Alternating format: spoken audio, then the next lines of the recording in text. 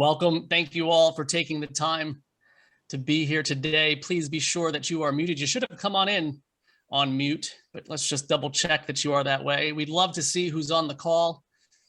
So if you don't mind, turn that camera on and give us a wave. And if you would put the city where you're calling in from in your name, if you can rename. If that's too much, don't worry about it. Otherwise, we're just very happy to see you on the call here today. Thank you for taking the time. Quick look at how we're going to spend our time together this afternoon. After we get an update on some key developments, we're going to spend time with a few of the questions and topics you submitted when you registered. There's going to be time at the end for some follow-up and questions and answer. This event is being recorded, so you don't have to take notes. You can be fully present for our time together today. After our guest leaves, we'll have a couple of moments and some announcements for events, so please stay on the line. But most importantly, we are so very lucky to be joined today by Mary Lou McDonald. Mary Lou is the president of Sinn Féin, the largest party in Ireland, and the first woman to lead the official opposition in the Dáil. We are so thankful to you for joining us today, Mary Lou, and for providing us with a briefing on some of the latest information. We have a very tight schedule today, so if it's okay with you, we'd like to jump right in. Can you give us a quick update on the work Sinn Féin is doing to create the necessary conditions for the process of reunifying Ireland, on the latest with legacy concerns, and perhaps an update on Brexit? Sure, thanks so much, Greg, and Dave, Acorja, Foilcha. Great to see you all. I'm calling you obviously from Dublin, and it is 6 o'clock in the evening here. It's not raining, which is kind of miraculous for November, but there you go. Maybe that's a sign for things to come. So let me begin just by saying to you all that Ireland is in a process of very profound and very exciting change. And Sinn Féin is to the fore of leading that change north and south. We recently had our Ordesh, our annual conference. And although it was a smaller affair than usual because of COVID, it was very energetic and I think set out very clearly the party's platform politically, diplomatically for the next 12 months. Let me start with the north. The north, as you know, is expected to go to elections next May. There's some speculation that that might happen earlier.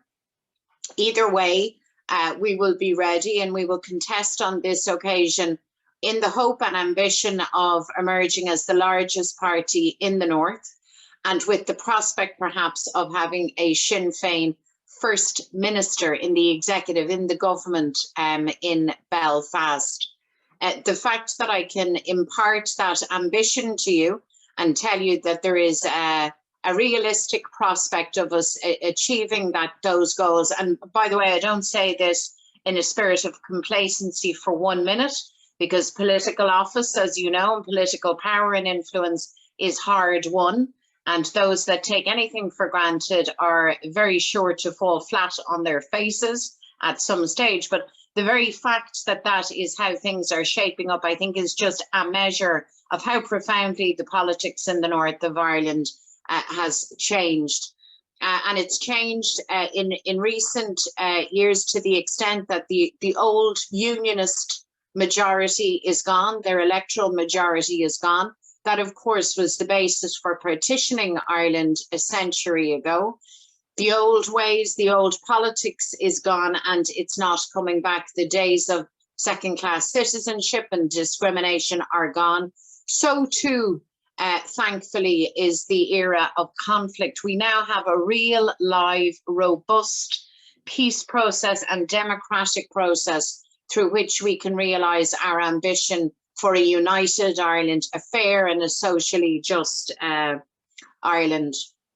But our country is still partitioned, and so we still live with the reality of British rule, and at this time, the reality of a very, very dysfunctional British government led by Boris Johnson.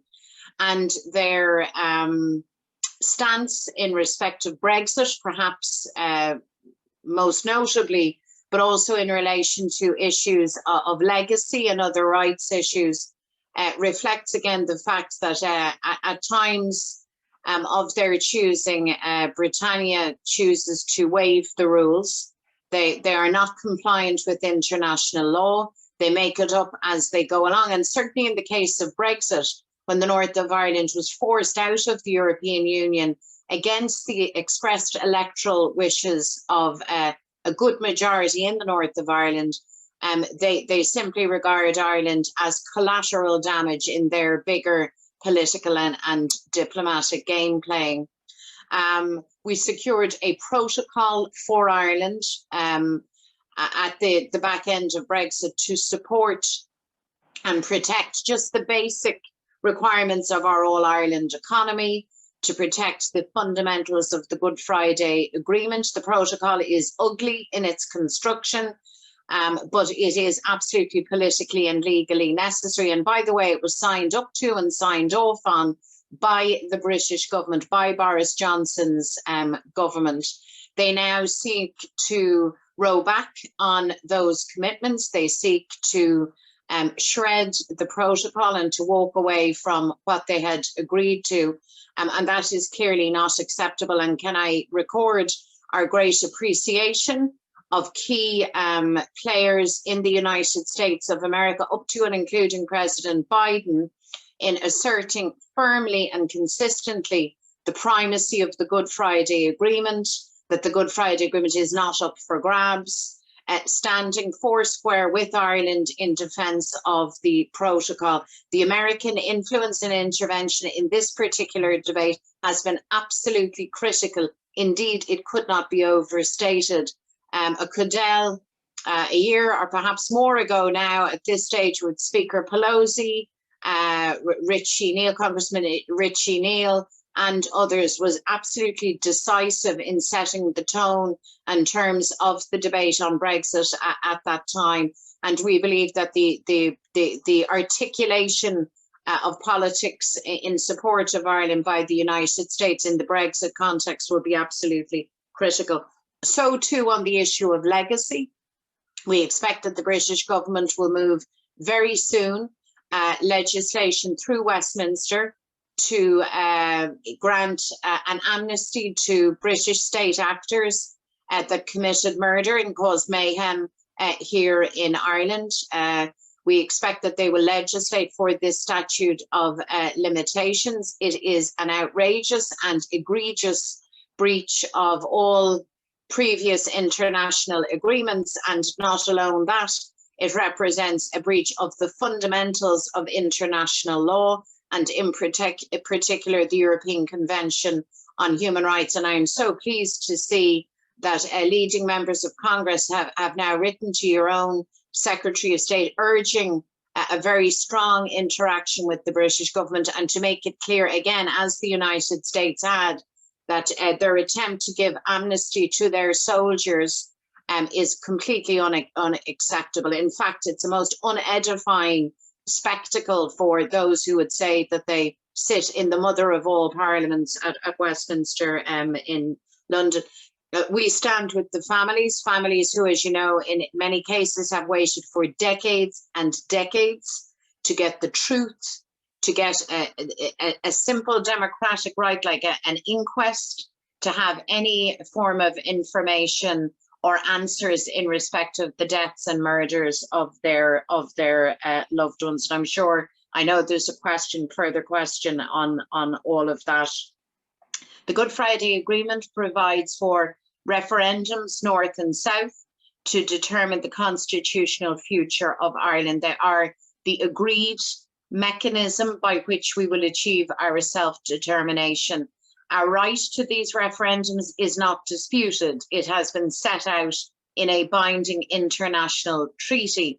What is in question is the timing of these referendums, and we have consistently asked the British government to set out for us their understanding of what the threshold might be for triggering the referendum in the North. They have refused to give us that information. Indeed, there was a court case taken to try and get them to establish these facts, but unfortunately the courts sided with the British government and decided that in fact they didn't have to set out those parameters for us.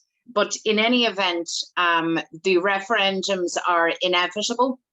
The demographic changes, the political changes, all signpost in that direction. And of course, Brexit has, in many respects, turbocharged that momentum.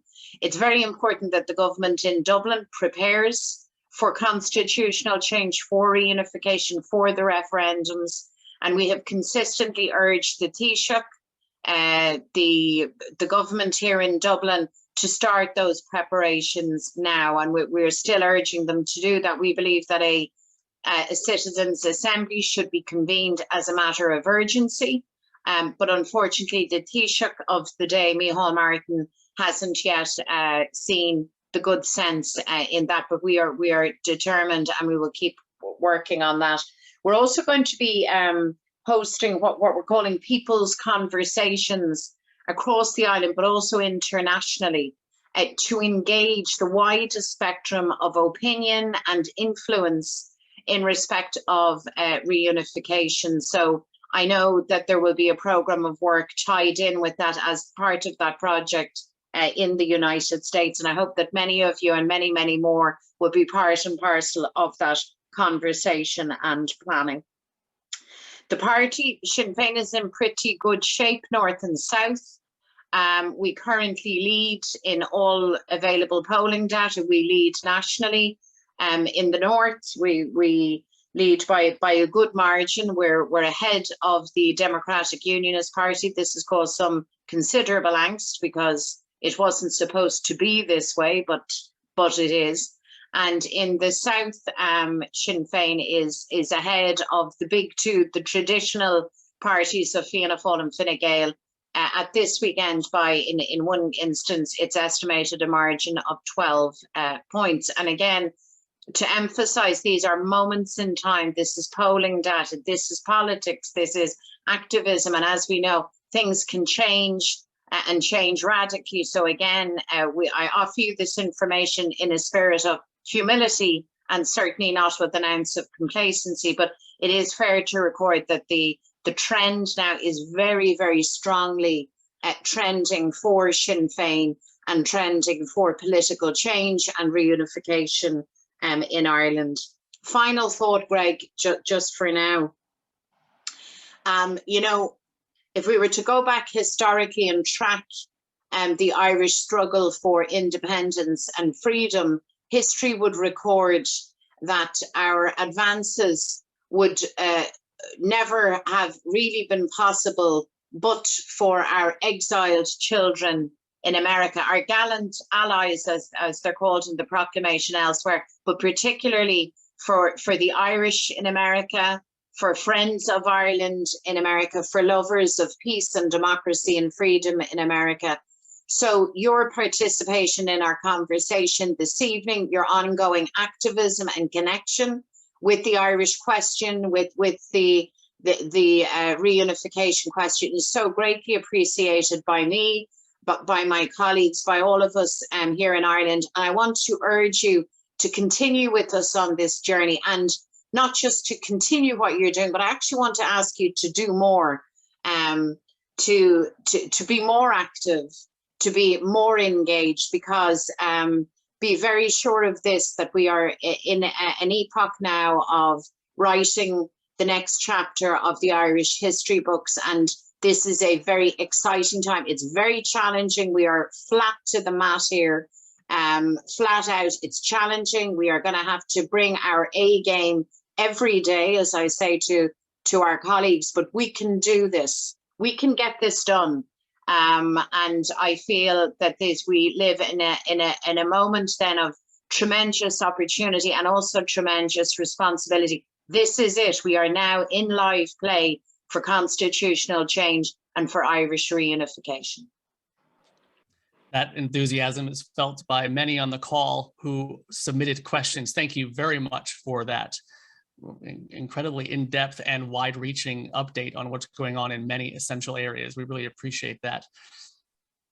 We had many questions come in around this idea specifically. Folks want to do more. How do I get involved more? What can I do? We had John Casey, Catherine Love, Richard Milner, many folks on the call, and many others wrote What can I do to do more, to be a positive influence? How do people such as myself play any kind of role in that work? It was the most asked question of everyone on the call today. What specifically can folks do from this side? Well, I think the first thing is to keep yourselves really well informed. I mean, the basis of any really effective activism is to ensure that your information is accurate and up to date and so on. But I'm preaching to the choir, obviously, given that people are on this call. Stay in touch with friends of Sinn Féin, and then work with us in terms of, I mentioned the people's conversations that we're going to run out from January of next year. I don't think we'll be quite ready to go live with it in the States in January, but you can expect that we will have events in the course of next year on this. And then, I mean, it's the old-fashioned piece of lobbying. I mean, depending on where you live in the United States, you will have an organized Irish community to some extent or not. I mean, I think there's a job of work to spread the word. I mean, some people thought when the Good Friday Agreement was signed back in 1998 that was it, game, set and match, the Irish question was resolved. But that's not actually true. We still have a constitutional dispute with Britain. Our country is still partitioned, and we still pay a price for that, folks, economically, politically, and socially to this day. So one of the jobs beyond the island of Ireland is just to inform and educate people and to make clear that the Irish question is not yet resolved, but it is resolvable.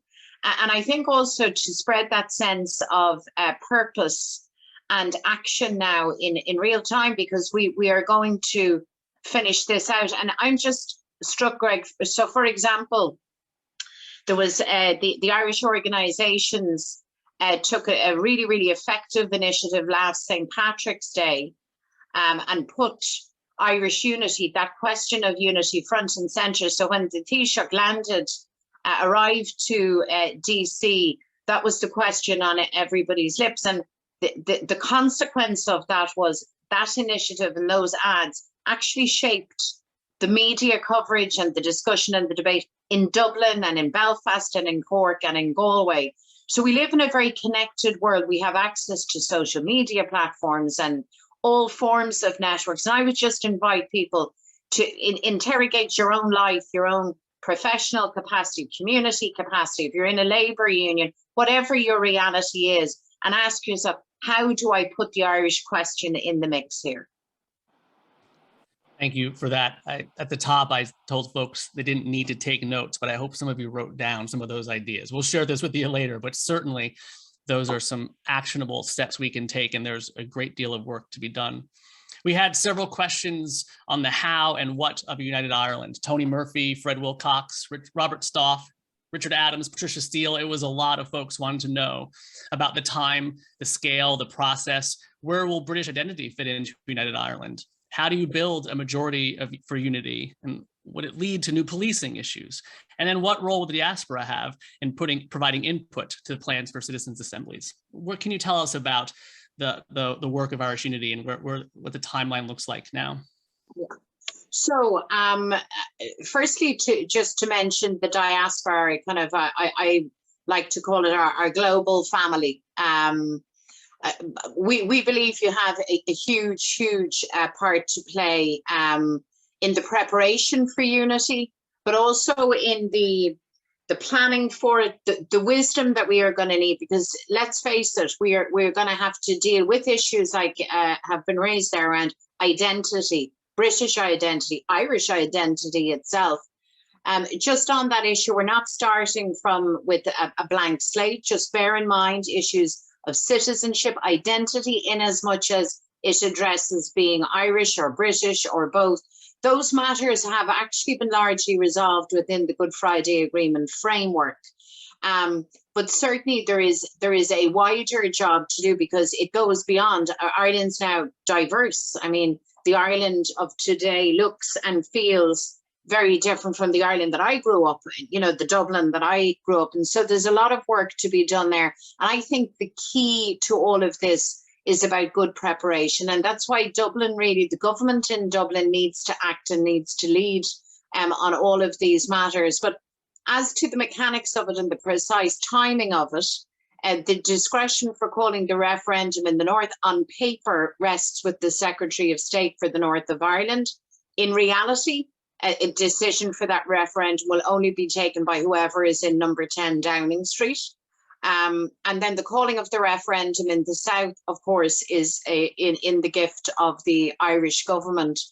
But we need, the momentum to come from outside of just the political actors. We need people talking about the referendum and actually challenging the British government, challenging, by the way, the government in Dublin too. The current Taoiseach Micheál Martin will be in situ till next December, and then it's envisaged that there'll be a change. But Dublin needs to carry its weight as well. The mechanism is a referendum. 50% plus one carries the day. That is the standard normal democratic rule. Some have been arguing or attempting to change the rules even at this stage to say that you would need a 2/3 majority or some form of weighted majority. That's not what the Good Friday Agreement says. The Good Friday Agreement says 50% plus one, and any referendums that we've ever had on this island, the majority is 50% plus one. So that's where it's at. But just to say to people, when we have our people's conversations across the states, whatever way we structure them, I think that's a real opportunity for the global Irish, the global family, the diaspora, to actually start coming up with ideas around how their best contribution could be made in everything, in terms of constitutional reform, in terms of the shape of the economy, in terms of public service provision, because all of those matters are going to be on the table. Thank you for that clear path ahead. And I also noticed that we have some questions going in the chat there. So please, as you have some ideas and things you wish to get follow up on, please drop those in the chat as we continue this conversation. We're going to turn now to Brexit. Brexit goes on and on and on. President Biden and congressional leaders challenge the British government to honor their commitments, refuse to consider a trade deal if Brexit undermines the Good Friday Agreement or leads to a hard border. Ned Nolan, Michael Needham, John Wenz, a lot of folks wrote in wanting to know more about the current state of play. How is Brexit impacting on the ground, and what more can the US do? So, Brexit has been like a political and a diplomatic earthquake, not just for Ireland, but for the whole continent of Europe. And Brexit is for keeps, It wasn't a singular event at a moment in time. It changes things utterly and forever. If you can ever say that in politics, if you can ever conceive of a forever. So on a practical level, it has meant huge disruption in supply chains, commerce and industry across the continent has faced, real challenges. Even how we get things to the continent now, there's been a knock-on effect in Ireland. A lot more shipping directly from our island to France, into Spain, directly to the continent. The land bridge of Britain is now problematic because you have a whole heap of customs and so on. So it's had an economic impact, and it's been coupled, by the way, with COVID. So it's been, for some sectors, almost the perfect storm. So that's the bad news. The good news is trade on our island, north to south, south to north, has spiked. The initial figures, they reckon to the tune of 1 billion, perhaps, euro sterling spike in north-south trade. I suspect it'll actually be bigger than that when the final figures come in. So that's a very good news story. The shelves in Belfast or anywhere else are not empty, despite what unionism's kind of hysteria about sausages and sausage rolls and whatever else. Everybody is still getting a decent meal into their stomach, so that there be no panic. The distinction is that where product in some cases coming in from Britain has now been replaced by local Irish product, which I have to say is not a bad thing. The unionists' complaint with the protocol is that it causes a border in the Irish Sea, and Brexit does mean, and the protocol and necessary protections do mean, that there are checks and customs and so on between Ireland and Britain, and there really is no way of avoiding that. I mean, unless they renege on Brexit and change their mind, and I don't see any sign of that.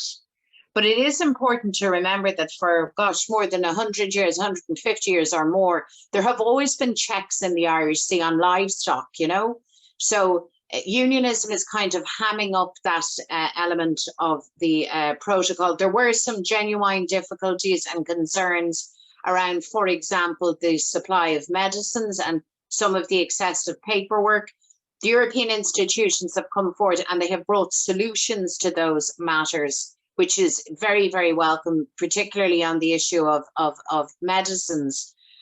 So those matters can be resolved. And just as those were being resolved, the British government and unionism then decided that their concern is, well, actually, we have a problem with the European Court of Justice having any jurisdiction or any authority or decision-making powers on the protocol. And the simple reality is that the protocol to work has to be legally enforceable, and that means the European Court of Justice. So it's a red herring, it's a nonsense. And what's happening here, folks, really is that it suits Boris Johnson and his Tories to have a bit of what we would call aggro, a bit of, you know, headbutting and negativity and tension with Europe at this time. It plays well for Boris Johnson's core electoral base. And so they will conceive of anything imaginable just to kind of stoke that fire, ably assisted and very foolishly assisted by a section of political unionism in Ireland. Very short-sighted on their part. Final thing on this, Greg, just so people know, despite what Jeffrey Donaldson, leader of the DUP, or anyone else in political unionism might say, the truth is the vast, vast majority in the north of Ireland and all across Ireland support the protocol. This has been reflected in numerous votes in the Assembly. It's reflected in ongoing opinion polling. I know it, I meet it when I talk to people in business and agriculture and so on. So a lot of this is melodrama and hype to suit Boris and his chums in London. And then, of course, unionism is shaping up for those elections that I mentioned earlier. They know the change is coming. We're pushing change forward. They're trying to push it back. And so I think they believe that this destruction of the protocol and playing out this melodrama is a strong electoral platform for them. Thank you for that update. It does give a little bit of a clearer picture of what it's like on the ground and the ways it's being used in many different ways. Ian put in the chat there, and it kind of continues the thought you just had there regarding the timeline, the potential timeline for elections north and south with the surge on both sides. What sort of timelines are we looking at? Well, the scheduled elections for the north are for next May, but the Democratic Unionist Party, they've come under a lot of electoral pressure. Look, they had Arlene Foster as leader, then they had Edwin Boots, and no sooner had I met it, he was then gone, and now it's Jeffrey Donaldson. So it's been very, very turbulent for them, and they're looking to regain their footing. So what they have done is create all of this unease and uncertainty around the protocol and Brexit, but they've also withdrawn from the North-South Ministerial Councils. That's when ministers from the Belfast administration and the Dublin administration meet together. It's, as you know, strand 2 of the Good Friday Agreement. They're actually currently boycotting those meetings with the exception of health. Now, they've been challenged in the courts. Their actions are utterly illegal. They're breaking the law, but the court is still deliberating on what sanction or enforcement might be envisaged against them.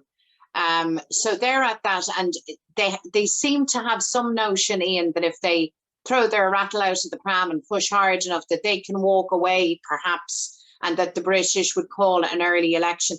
That's not really how we're hearing it, and certainly as we move to Christmas and beyond the Christmas holiday, I think it's unlikely that even if the DUP were to pull the whole edifice down, and that would be a big call for them and a very, very destructive action, they would still not be guaranteed getting an election any time ahead of May. In the South, I mean, on paper, this government, it's a three-party coalition, as you know, could go out as far as 2025. But I mentioned earlier that there is a rotating Taoiseach, which is a novel kind of proposition, a bit odd really, but a bit unorthodox, but however. And Micheál Martin is due to leave office next December. So I think that will be a defining punctuation mark. The whole thing could come tumbling down unceremoniously, like at any time, or they could struggle on and hold together for a number of years. In either eventuality, our job is to keep our momentum strong and to be prepared to go out and to fight those elections. And there'll be big elections, Ian, as you know, as and when they occur. Thank you for that update and clear timeline. We're going to move now to issues of legacy. If we could talk a little bit about the British government's proposals on ending investigations and granting unconditional amnesty. Leslie Cassidy wants to know what can be done to protect victims. Christina O'Carrollin wants to know about the impact it would have on ex-prisoners living in the States. And even here on the call, we have Dolores talking about what sorts of support that can be gained from Westminster. Can you discuss some of those ideas and where we are with that? So yes, I mean, the amnesty proposals envisaged are really quite extraordinary. I mean, they are extreme. It's not simply that that a prosecution could not occur, and that's extraordinary in itself, but families, victims would literally be denied any access even to, you know, inquest. I mean, and civil proceeding. It's shutting the whole thing down.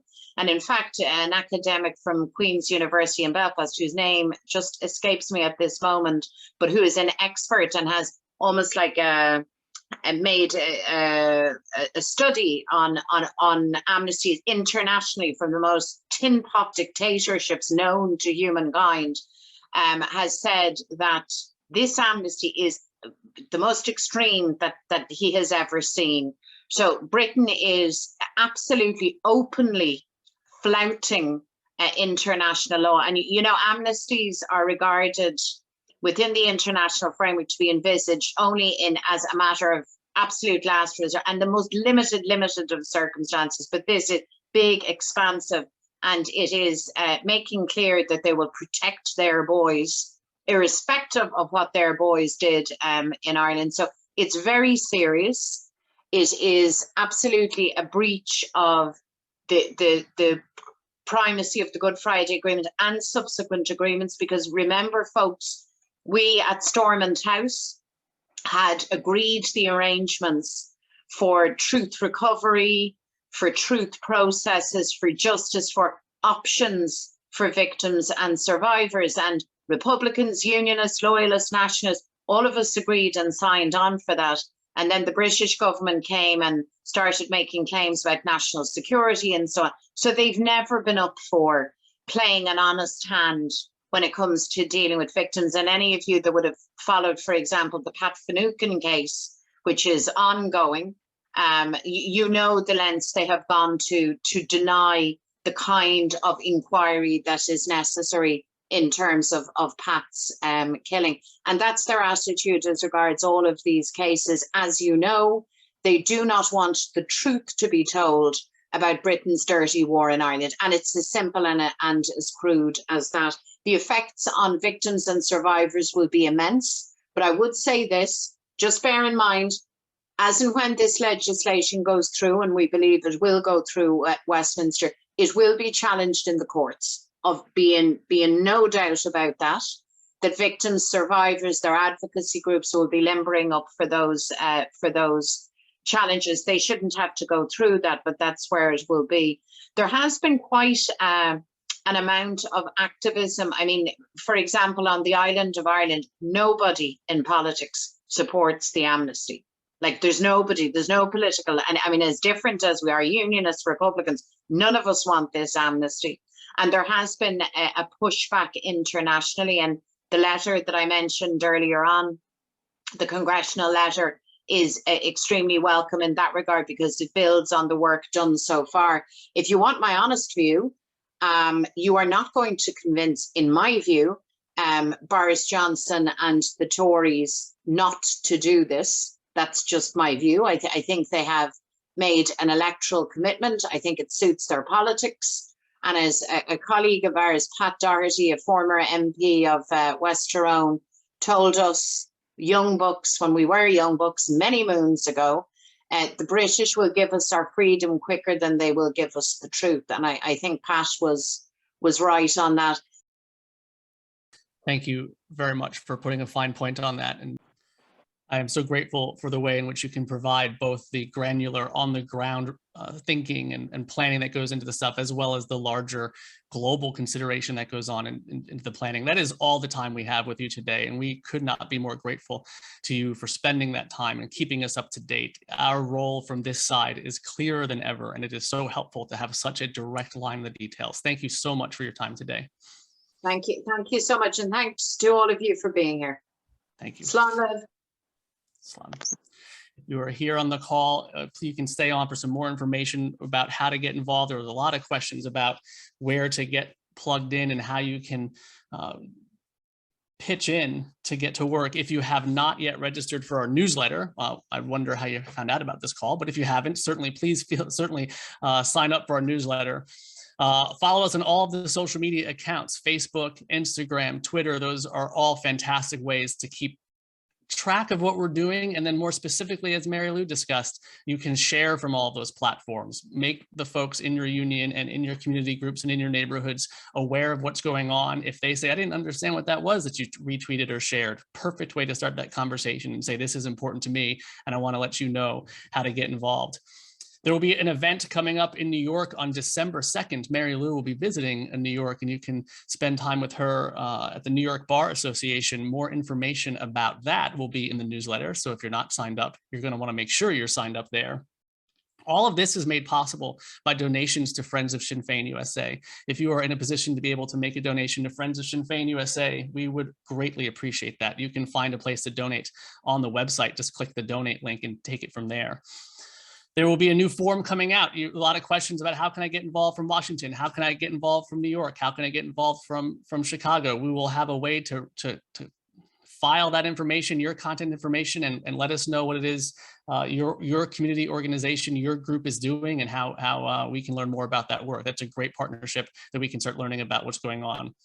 We are so grateful to each of you for joining us today and for spending time to learn more about what our next steps are. If you haven't read the letter, that bipartisan letter that just came out this morning, visit Friends of Sinn Féin's website. You'll see that full letter there. And if you notice that your congressperson is not a signatory to that letter, that can be your first step. That can be your step today to say, how come my representative's name isn't there, and start making a call to say, please support this bipartisan effort to ensure that legacy issues are addressed, rooted in justice. Thank you very much for your time today, and we'll be in touch in the coming weeks to follow up. Farewell. Thank you.